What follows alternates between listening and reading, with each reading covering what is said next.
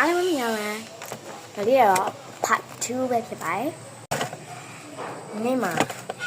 ခုန part 1မှာစပြသွားတဲ့ထမင်းကမကုန်သေးဘူးစပြအောင်မယ်ခုနကတော့မှာပြောင်းမသွား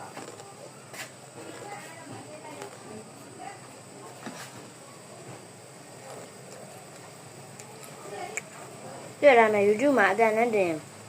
ဘာမှမှန်းလို့မရ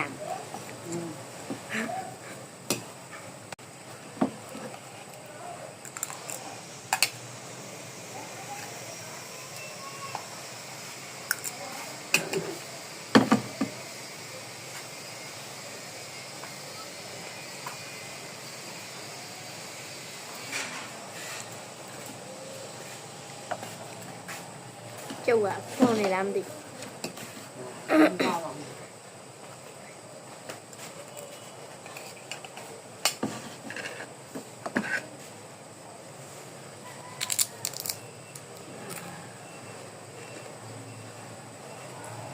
ကျူးရတယ်အတန်နဲ့တင်ဘာလို့ကောင်းမှမှတ်မရလဲ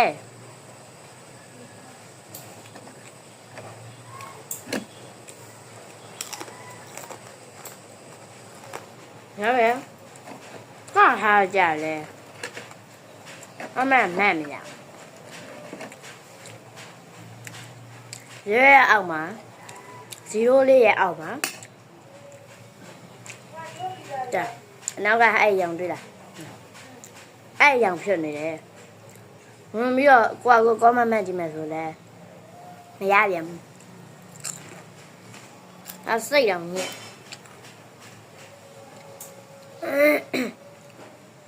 အဲ့ဗီဒီယို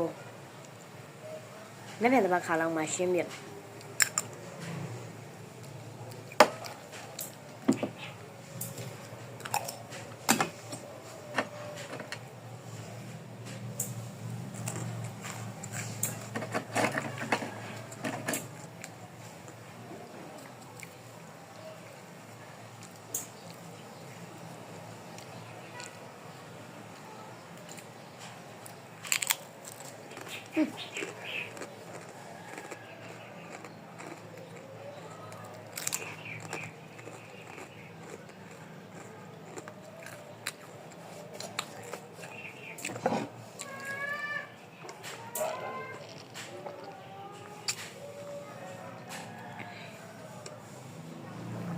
နေ့တော့